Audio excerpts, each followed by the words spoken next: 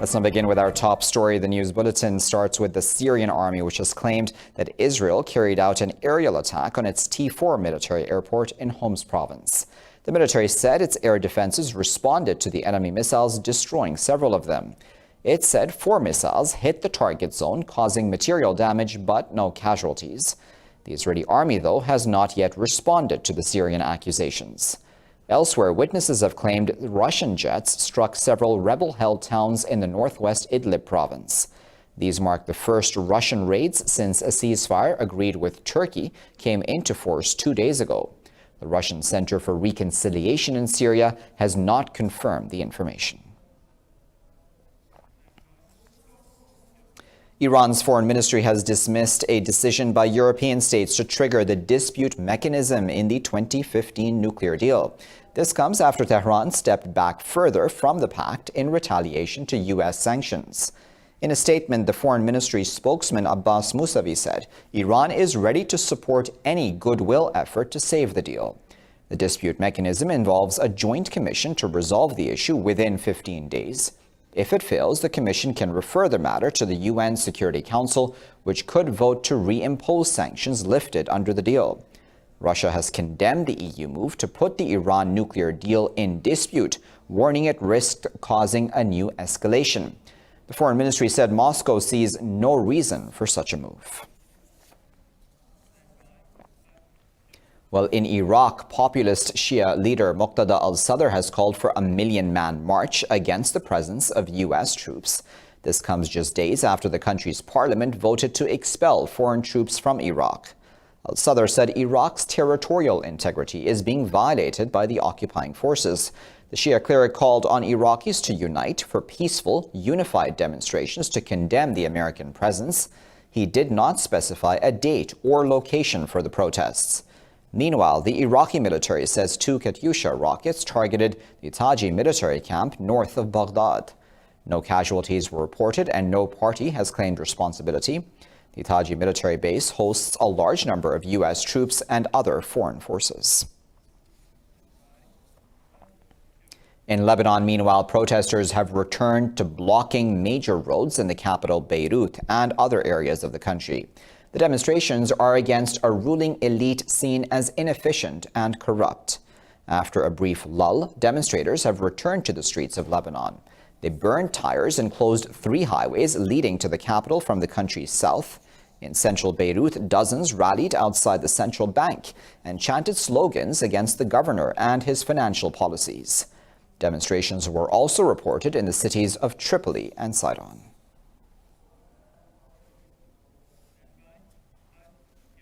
As the conflict in Libya continues, the German government has confirmed Berlin will host an international conference on the conflict in Libya this Sunday. Representatives from 11 countries, including the U.S., China, and Turkey, are likely to attend the talks. Berlin has invited the leaders of the warring sides to discuss the crisis, but it remains unclear whether they will attend the conference. Libya's UN-recognized government and Khalifa Haftar's eastern forces have been fighting to take over Tripoli for over 9 months now. Last week, the warring sides agreed to a ceasefire brokered by Russia and Turkey. But clashes resumed in Tripoli after Khalifa Haftar left the Moscow talks without signing a ceasefire deal. Turkey's President Recep Tayyip Erdogan says Ankara will teach Haftar a lesson if his forces continue to attack the Libyan troops. Speaking in Ankara, Erdogan said the commander is targeting Tripoli's legitimate government and innocent civilians. Meanwhile, Russia's foreign ministry said Haftar is positive about the draft deal and is taking 2 days to reconsider his position. Libya has been mired in turmoil since the toppling of strongman Muammar Gaddafi in 2011. Meanwhile, Sudanese forces have quelled a revolt by ex-security agents linked to former strongman Omar al-Bashir. The military says it regained control of intelligence buildings after a 15-hour standoff with rebels. The security agents surrendered after negotiations with their leadership. In a televised speech, the Sovereign Council head, Lieutenant General Abdel Fattah al-Burhan, said he will never allow a coup to take place. The violence was the largest confrontation so far between the old guard and supporters of the new administration. Earlier, intelligence service officers loyal to al-Bashir led a mutiny over the financial compensation offered when their unit was disbanded. On to Nigeria, where conflict has raged between bandits and vigilantes in the northwestern state of Zamfara for over 10 years. A peace deal was finally reached in September, and hostilities between the fighting sides have come to a halt. But locals fear the truce will not hold and refuse to leave their displacement camps.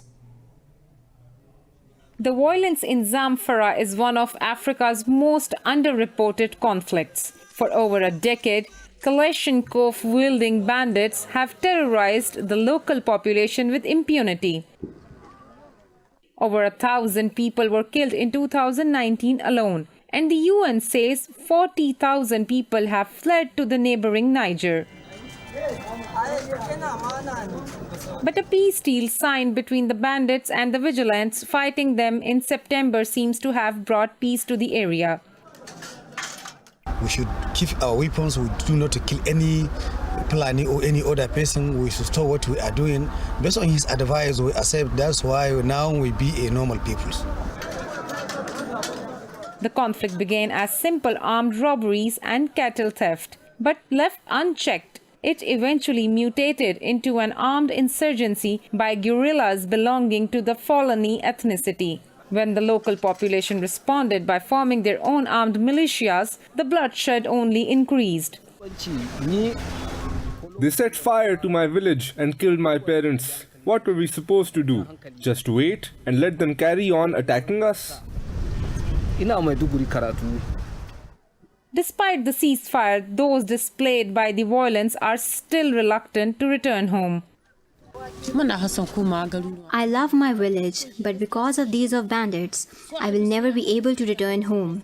Even if they have left the big cities, they are still in the bush. They terrorize us. The IDPs say there's no guarantee peace will last. As such, they can't risk returning home. Authorities warn malnutrition and disease are rampant in the displacement camps. But for now, the people of Zamfara would rather stay here than risk being caught in a war again. Pakistan's Foreign Minister Shah Mahmood Qureshi has left for the U.S. on a 2-day visit. During his trip, he will meet UN officials in New York and top U.S. leadership in Washington. In a statement, the Foreign Office said Qureshi will discuss the worsening crisis in Indian-occupied Kashmir with UN Secretary-General Antonio Guterres. It said he will meet Secretary of State Mike Pompeo as part of his efforts to reduce tensions between Iran and the U.S. He will also meet National Security Advisor Robert O'Brien in Washington. The foreign minister has already visited Iran and Saudi Arabia, where he met the leaders of the two countries in an effort to ease tensions in the region. Well, the United Nations Security Council will discuss the latest situation in Indian-occupied Kashmir today. Sources say the meeting is being held on China's request. They said the UN Department of Peacekeeping Operations will brief the Council on human rights violations in Kashmir. This is the second time the Security Council is taking up the Kashmir issue in less than a year, after India stripped the region of its autonomy on the 5th of August and imposed a curfew and communications blackout in the valley. Across India itself, protests and rallies against the controversial citizenship law continue. Activists, students, and civil society organizations are holding sit-ins and rallies in New Delhi, Patna, Bengaluru, and Assam. In New Delhi's Shaheen Bagh, protesters refuse to end the all-women's sit-in until with the withdrawal of the act. Inspired by Shaheen Bagh, 5,000 women from Patna city in northeastern Bihar state have also launched a sit-in. In southern Karnataka state, a massive rally will be held by rights activists and politicians condemning the law. Meanwhile, people in the northeastern state of Assam will protest against the anti-Muslim law through a festival in Bihu city. Over a month of nationwide demonstrations have resulted in the deaths of 27 people. Washington has said it will keep in place tariffs on Chinese exports to the U.S. until the completion of a Phase 2 trade deal. U.S. Treasury Secretary Steven Mnuchin's statement comes ahead of a Phase 1 trade deal to be signed today. Mnuchin said the trade agreement will be fully enforceable and will include a pledge by China to refrain from currency manipulation. Mnuchin said the trade deal documents would be released on January 15th. President Trump and Chinese Vice Premier Liu are due to sign trade agreement at a ceremony at the White House. The deal is expected to include a commitment by China to buy about $200 billion of U.S. goods over 2 years.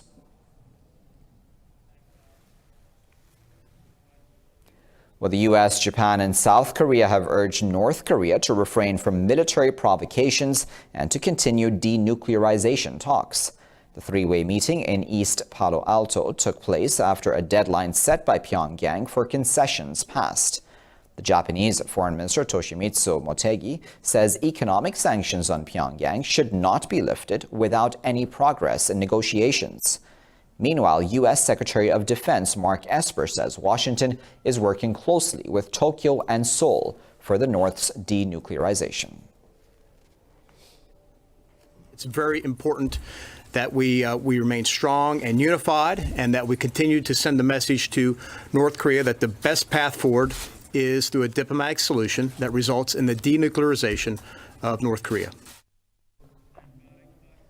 Well, earlier, the U.S. sanctioned 2 North Korean entities for their involvement in labor exports in violation of international sanctions. Remaining in the region, South Korea and the U.S. have opened a new round of defense cost-sharing talks. The meetings focus on expenses for the upkeep of 28,500 American troops stationed in the country. Washington has demanded a significant increase in Seoul's financial contributions this year. Seoul's chief negotiator, Jeong Eun-bu, and his U.S. counterpart, James DeHart, met in Washington for the 6th round of negotiations. Details of their meeting have not been made available. Earlier, Jeong said the two sides are narrowing their differences, but he said they still disagree on how to reach a comprehensive deal.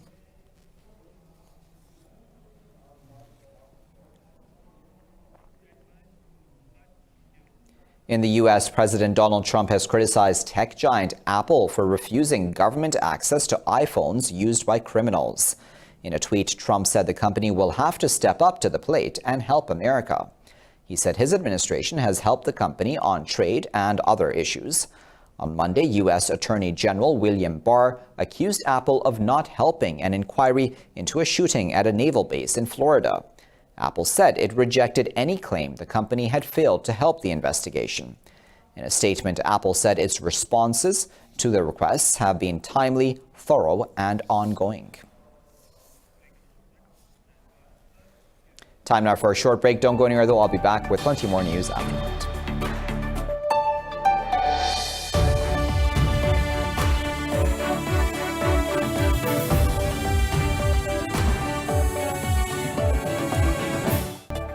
Let's begin this segment of the Bulletin right here in Pakistan, where the death toll in flooding, landslides and avalanches caused by heavy rains and snowfall has risen to 103. Officials say 75 died and many others are missing in avalanches in Azad Kashmir's Neelam Valley. This report has more. They confirmed at least 21 deaths in weather events in Balochistan, where 500 people have been evacuated. 7 deaths have been reported in Punjab. Officials say at least 84 houses and 17 shops had been leveled by avalanches, while 94 houses and a mosque partially were damaged in the Neelam Valley. Elsewhere, major arteries, including Karakoram Highway, have been blocked by heavy snowfall and avalanches. The extreme weather has cut the northern city of Chitral off from the rest of Khyber Pakhtunkhwa province. The country's top civil and military leadership have directed relevant authorities to provide humanitarian assistance to the affected people. In the United States, the House of Representatives will vote today on a resolution to send articles of impeachment against President Donald Trump to the Senate. The vote sets the stage for Trump's impeachment trial to begin next week.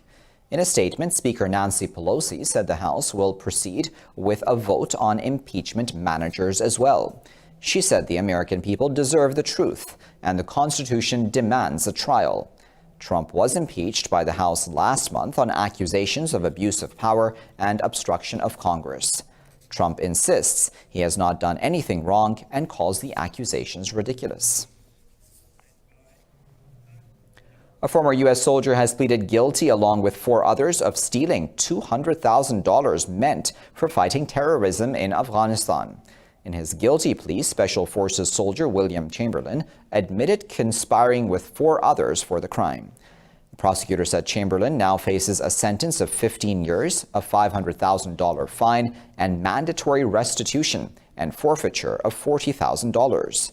The 5 soldiers stole the funds for anti-terrorism and humanitarian projects and sent them to the U.S. through postal money orders. Well, 1 person has died and 8 others have been injured in a chemical plant explosion in Spain's autonomous Catalonia region. The blaze produced a column of black smoke which rose hundreds of meters into the sky in the city of Tarragona. Firefighters arrived on the scene and urged residents to stay inside as a precaution against a chemical leak. Catalonia's Civil Protection Service says rescuers are still searching for a missing factory worker. Spanish Prime Minister Pedro Sanchez later offered support to Catalan authorities in dealing with the accident.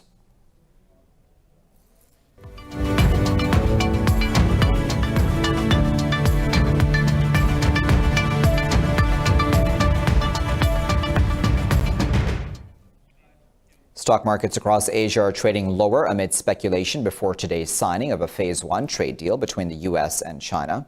Hong Kong's Hang Seng and the Shanghai Composite are trading 0.75% down. Seoul's Kospi has lost over 0.5% as investors continue to book profits from last week's gains. The Nikkei 225 is trading 0.5% lower.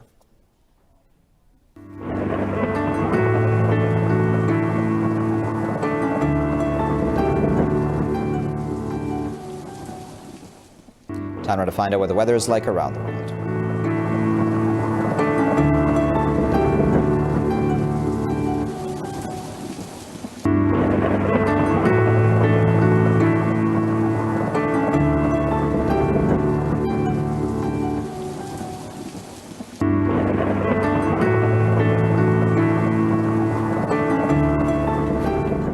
And with that, you're all caught up. Thank you for watching this bulletin here on Indus News.